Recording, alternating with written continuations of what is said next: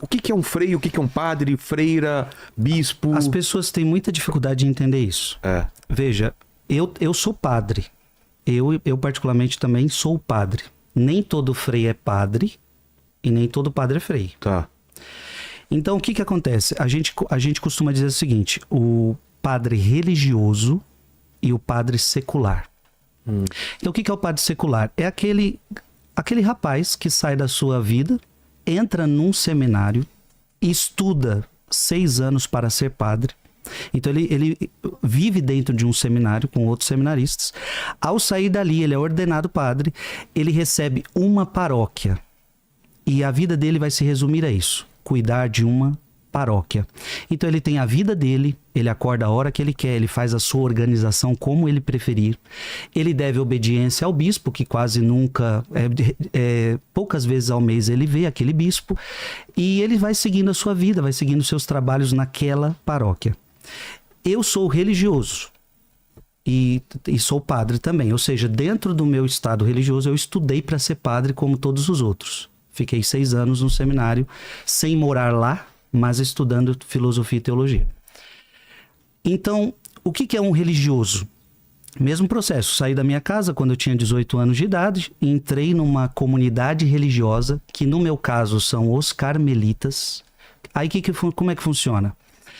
Cada comunidade religiosa segue algum santo como inspiração. Então, por exemplo, os beneditinos seguem São Bento. Os franciscanos seguem Francisco de Assis, se inspiram em Francisco de Assis. Carmelita, eu sou carmelita, se inspira em Santa Teresinha do Menino Jesus, São João da Cruz, Santa Teresa d'Ávila. Então nós nos inspiramos nesta espiritualidade e seguimos o segmento de Cristo de acordo com o exemplo destes grandes homens de Deus. O que é uma vida religiosa? Eu assumo uma regra de vida. Então, diferente de um padre que pode fazer da sua vida, fazer os seus horários, eu não. Eu entro numa regra de vida. Então, nós temos hora para acordar todo mundo junto, hora para almoçar todo mundo junto, horas para rezarmos todos juntos. E ali seguimos coisas em comum. Por exemplo, votos de castidade, pobreza e obediência. E tudo que diz respeito à nossa vida, nós seguimos juntos. Então, é uma comunidade. Então, eu tenho mais de 50 irmãos vestidos essa mesma roupa minha, acordamos na mesma hora, seguimos as mesmas regras, e isso é uma comunidade religiosa, uma comunidade fraterna. Sim. Que faz voto de castidade, pobreza e obediência, com o foco de seguir Jesus Cristo. Pobreza, castidade, pobreza e obediência. E o voto de pobreza, então, padre, por exemplo, não faz. São algumas ordens só que faz. A pobreza diz respeito a não estar apegado a bens materiais, né? Não estar apegado. Todo sacerdote deve viver a pobreza, não deve estar apegado a bens materiais.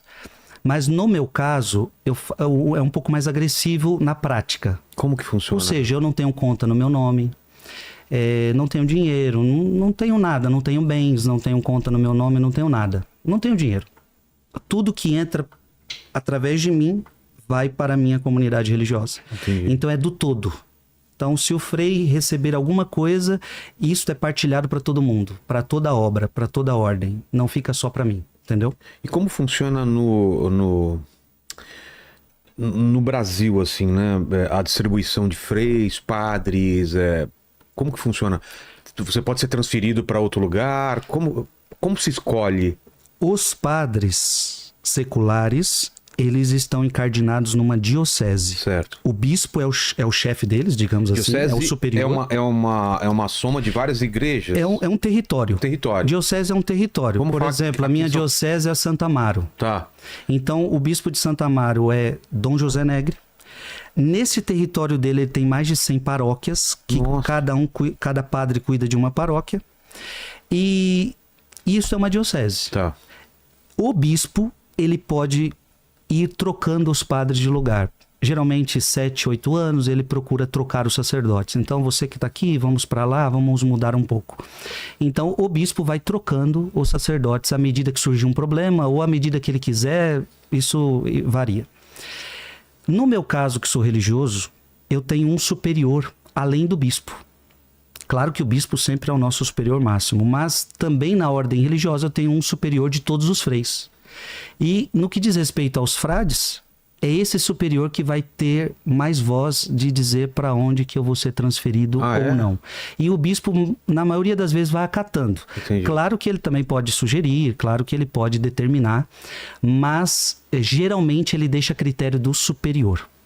Eu, por exemplo, fiquei cuidando de uma paróquia 9 anos, e aí meu superior do meu instituto viu por bem de eu deixar essa paróquia e seguir minha missão pelo Brasil e mundo afora. E aí o bispo acatou esta decisão. E tem também os missionários, né? Que vão para outros países. Eu não sei se ainda é comum isso, mas eu morei em São Bernardo até os 17 anos, sempre era algum padre com sotaque que veio de fora. Isso era muito comum, né? Sim. Jesus pediu pra gente ir para todo mundo evangelizar. Então é comum que pessoas de outros países venham para o Brasil e pessoas do Brasil vá para outros países. Então isso é normal. Ah, daqui também vai? Daqui vai. A gente tem, nós freios carmelitas, eu sou carmelita mensageiros do Espírito Santo. Esse é o nome da minha ordem. Nós temos casa na França e na Itália.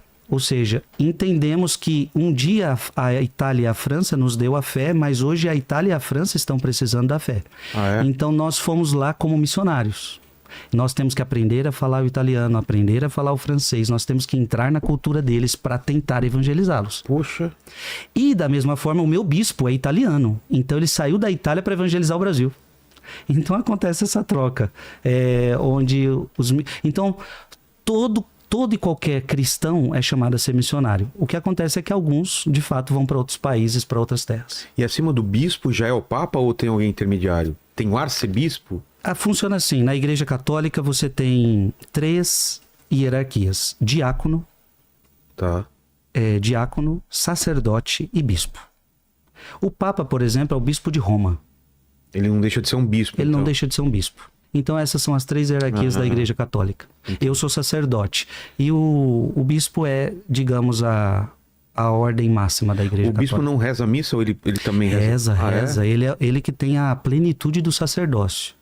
O bispo, a gente entende na Igreja Católica que ele é o sucessor dos apóstolos.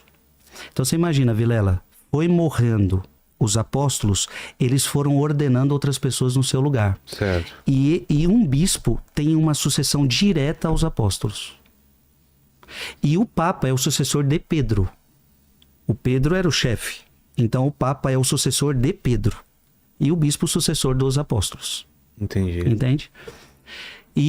Então os bispos celebram missa, todos os sacramentos os bispos realizam, os sacerdotes também, só não o diácono. O diácono, ele pode ser tanto permanente, ou seja, sempre diácono, então esse geralmente se casa. E o que vai... Todo sacerdote, antes de chegar a ser padre, ele precisa ser diácono uns 6 meses, no mínimo 3 a 6 meses. E então... este não pode celebrar missa, este não atende confissões. Mas ele pode celebrar um batismo, ele pode celebrar um casamento, algumas coisas assim ele pode.